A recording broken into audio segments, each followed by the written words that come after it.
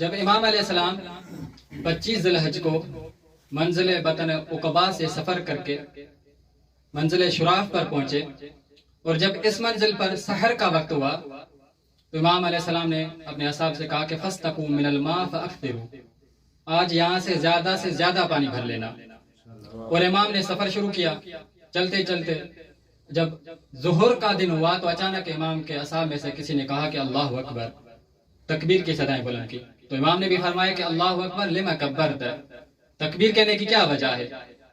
تو صحابی نے کہا کہ مجھے کھجور کے درخت دکھائی دے رہے ہیں۔ فقال له الاسدیان ان هذا المكان ما رأيناه به النخل قط، ہم نے تو اس جگہ پر کبھی کھجور کے درخت تو نہیں دیکھے۔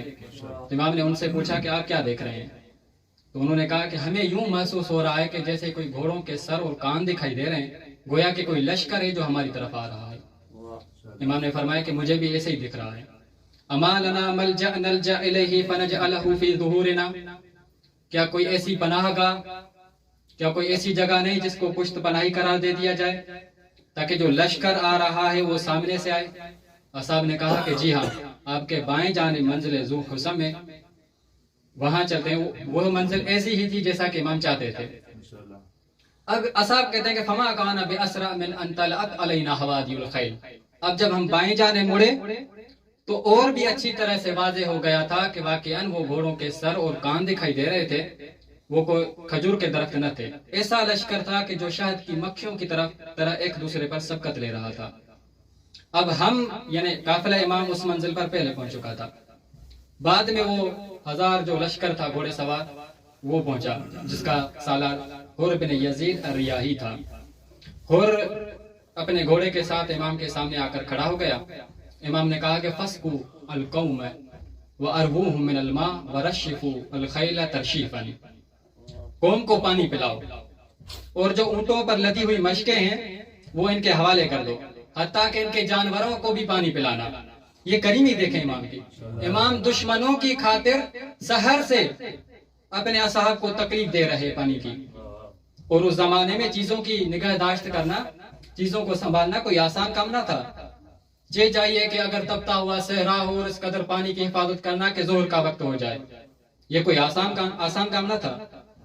اب جب قوم نے پانی پی لیا، علی بن طوعان جو حر کے لشکر میں تھا وہ کہتا ہے کہ میں ایسا شخص تھا جو سب سے آخر جا کر حر سے ملک ہوا تھا۔ اب جب امام نے دیکھا فلما رأى الحسین ما بی وبفرسی من العطش، جب حسین بن علی نے دیکھا کہ میری حالت اور میرے گھوڑے کی حالت پیاس سے بدحال ہو گئی ہے تو کہا کہ انخر راویہ۔ اب علی بن طوعان امام کی مراد سمجھ نہ سکا، چونکہ راویہ اہل حجاز اونٹ کو کہتے تھے اور اہل کوفہ مشک کو کہتے تھے۔ علی بن طوعان کہتا کہ مجھے امام کی مراد سمجھ میں نہیں آئی کہ امام کیا کہہ رہے ہیں۔ پھر امام نے کہا کہ یبن الاخ انخل جمل، اللہ اکبر، امام کا لہجہ دیکھے دشمنوں کے ساتھ۔ کہا کہ اے بھائی کے بیٹے، اونٹ کو نیچے بٹھا جس پر مشکیں لدی ہوئی ہیں اور پانی پی لے۔ علی بن طوعان کہتے ہیں کہ کلما جعلت شربت الماء سال الماء من السقا، اس کی پیاس سے اس قدر ضعیفی ہو گئی تھی کہ مشک کو سنبھال نہیں سکتا تھا۔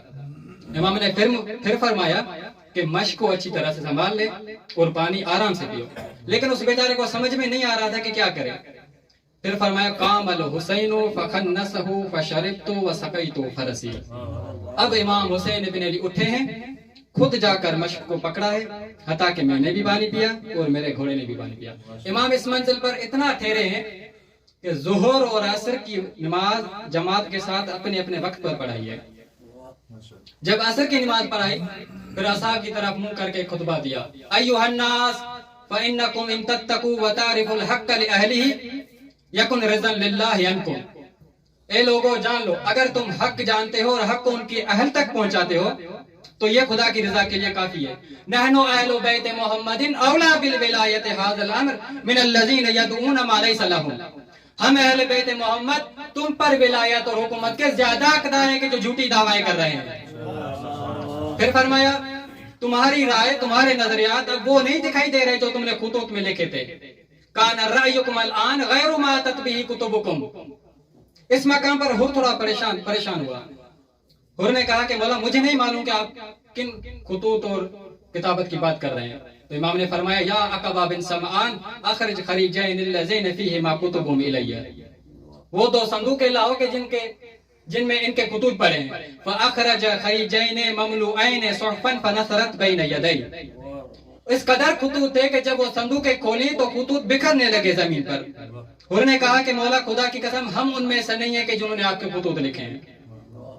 پھر امام نے فرمایا کہ اپنے اصحاب سے فرمایا اٹھو اب سواری کرو، سفر کی تیاری کرو. امام خود بھی سوار ہوئے، قافلہ بھی سوار ہونے لگا. اب امام تھوڑا انتظار کیا تھا کہ خواتین اہل حرم سوار ہو جائیں.